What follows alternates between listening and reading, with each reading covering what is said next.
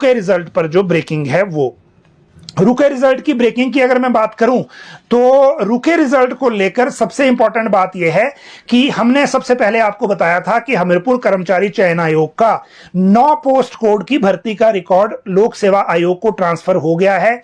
हमीरपुर में जो technical education जो यूनिवर्सिटी है उसके जो ओएसडी उनके जो ऑफिसर हैं, कोई एचएएस अधिकारी जो ओएसडी लगाए गए हैं, उन्होंने रिकॉर्ड जो है वो शिमला भेजा है पब्लिक सर्विस कमीशन को। 9 पोस्ट जो है वो शिमला भेजा है पब्लिक सर्विस कमीशन को 9 पोस्ट कोड का। इनमें से 7 पोस्ट कोड हम आपको पहले बता चुके हैं खबर के माध्यम में भी और खबर के माध्यम से भी।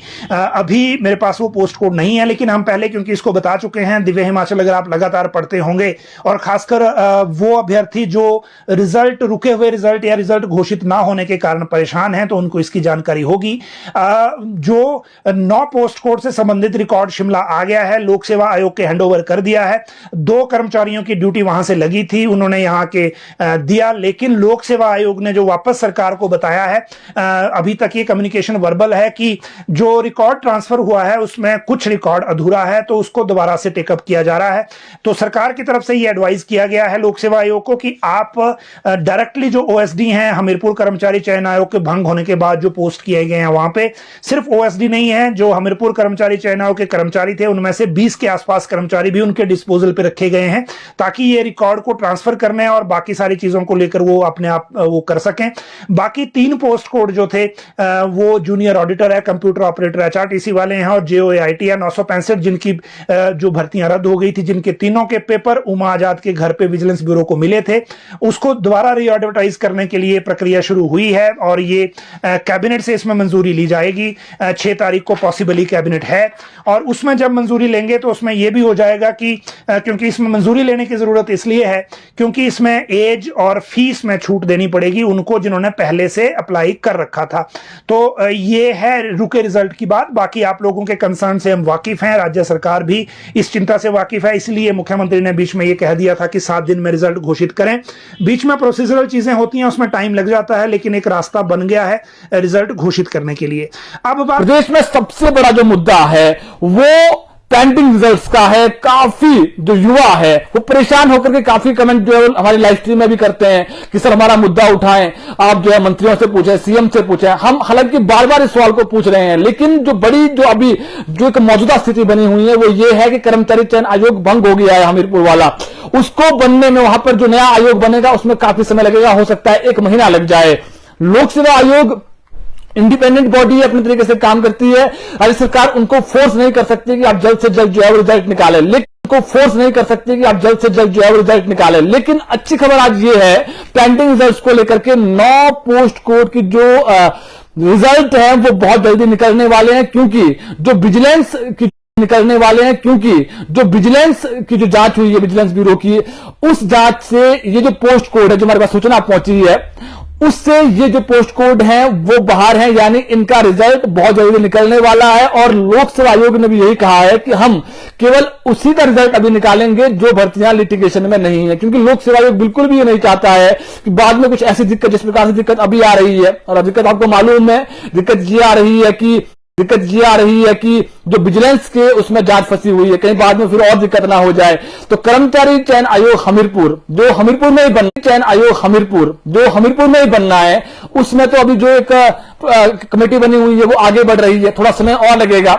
हो सकता है उसमें फिर एक चीज हमने आपको बताई थी एक्सक्लूसिव खबर कि जब वहां पर नया आयोग बन जाएगा, जो अधिकारी है जो कर्मचारी है वो एक जगह पर वहां पर नहीं रहेंगे काफी लंबे समय तक, उनको रोटेशन मोड में रखा जाएगा। मान लीजिए कोई अधिकारी वहां पर रहता है तो 6 महीने के बाद उसको दूसरी जगह भेजा जाएगा, एक जगह पर वो नहीं रहेगा।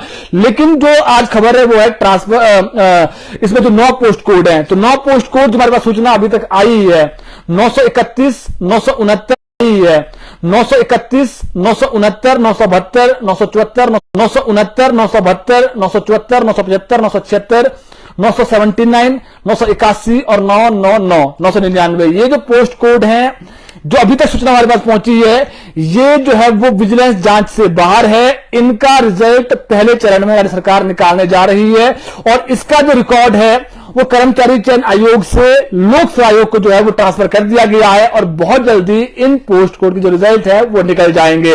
और जो अन्य पोस्ट कोड हैं मान लीजिए अगर आपको यह लग रहा है कि हमारा पोस्ट कोड अभी नहीं है, जो है वो कह सकते हैं इस पर जांच नहीं चल रही है, 16 से अधिक जो है पोस्ट कोड अभी जांच के दायरे में है, तो उसका रिजल्ट भी आएगा। लेकिन पहले चरण में इन 9 पोस्ट का जो रिजल्ट है वो राज्य सरकार निकालने जा रही है, जो अच्छी खबर है। तो आज जो पेंडिंग रिजल्ट्स को लेकर के हमारे पास खबर, हालांकि इस मुद्दे को लेकर के बहुत सारे जो युवा है अलग अलग कमेंट करते हैं, चाहे वो सीएम हो या फिर मंत्री हो, जो भी कोई पोस्ट डालते हैं उसमें नीचे जो है वो जरूर लिखते हैं कि सर हमारे साथ अन्याय हो रहा है, आपने कहा था रिजल्ट निकाल देंगे। तो इनकी डिमांड भी जेन्युइन है। कुछ एक ऐसे अभ्यर्थी है जिन्होंने 3 साल पहले एग्जाम दे दिया है और एग्जाम देने के बाद उनका जो रिटर्न है वो भी फाइनल हो गया है, उसमें वो निकल गए हैं, डॉक्यूमेंटेशन भी हो गई है, लेकिन उसके बाद जो फाइनल जो होता है कहां पे आपने ज्वाइनिंग करनी है, कहां पर आपने जो है तैनाती करनी है, वो अभी तक नहीं निकला। यानी जो फाइनल कह सकते हैं आप रिजल्ट होता है वो नहीं निकल रहा है। तो ऐसे में काफी युवा परेशान है और परेशानी की वजह आप समझ सकते हैं। अब बच्चे ये भी कह रहे हैं, अभ्यर्थी ये भी कह रहे हैं कि सर हमारे को शिमला बहुत दूर पड़ता है और हम अपने पेरेंट्स से पैसे भी नहीं मांग सकते किराए के लिए, तो ऐसे में सरकार को जल्द से जल्द निकालना चाहिए। तो 9 पोस्ट का रिजल्ट जो है वो जल्द निकलने वाला है जी। अब बात करते हैं 4600 भर्तियों की। देखिए 4600 जो 4650 जो भर्तियां हैं वो अब शिक्षा विभाग में होनी है। आज हिमाचल दस्तक टीवी ने एक्सक्लूसिव बातचीत की शिक्षा मंत्री से, उन्होंने साफ शब्दों में कहा कि 4650 भर्तियां हम एनटीटी की करने जा रहे हैं, बहुत जल्दी ये भर्तियां होगी। और सबसे महत्वपूर्ण बात, 2014 से पहले क्योंकि राज्य के अंदर केवल 1 वर्ष का डिप्लोमा ही जो है वो था एनटीटी का, तो अब उन डिप्लोमों को भी लिया जाएगा। तो ये राहत भरी खबर है। शिक्षा मंत्री ने साफ शब्दों में कह दिया है कि हम लेंगे 1 साल वालों को भी, लेकिन इसमें केवल वही संस्थान वाले लिए जाएंगे जो एनसीटी से मान्यता प्राप्त है, यानी जो केंद्र सरकार से मान्यता प्राप्त संस्थान होंगे। अगर आपने वहां से एनटीटी का डिप्लोमा किया है तो उसको सरकार ले रही है। इसका जो खाका है वो विभाग ने मांगा है, शिक्षा विभाग ने। जैसे वो डाटा आ जाएगा, फाइनल डाटा आ जाएगा, उसके बाद इस मसले को कैबिनेट में लिया जाएगा। ये आज शिक्षा मंत्री ने बड़ी बात कही है जी। तो एनटीटी भर्ती को लेकर के अच्छी खबर है कि ये जो है वो आप कैबिनेट में जाएगी बहुत जल्दी, 4650 के आसपास से, और 2500 के लगभग जो है बैच वाइज भर्तियां भी होनी है इसके अतिरिक्त। तो कुल मिलाकर देखें, प्रारंभिक शिक्षा विभाग में भर्तियों का पिटारा खुल रहा है और जो अभी 53,000 के आसपास प्री प्राइमरी बच्चे हैं जिनको जेबीटी शिक्षक पढ़ा रहे हैं, इनसे बोझ हटेगा। 47.5 करोड़ केंद्र सरकार देती है एनटीटी का, प्रदेश का पैसा, उसके बाद एनटीटी शिक्षकों की जो भर्तियां हैं वो हो जाएगी। तो एक और अच्छी खबर है जी। अब बात करते हैं, स्कूलों में ताले लगने वाले हैं। कौन से वो स्कूल होंगे आज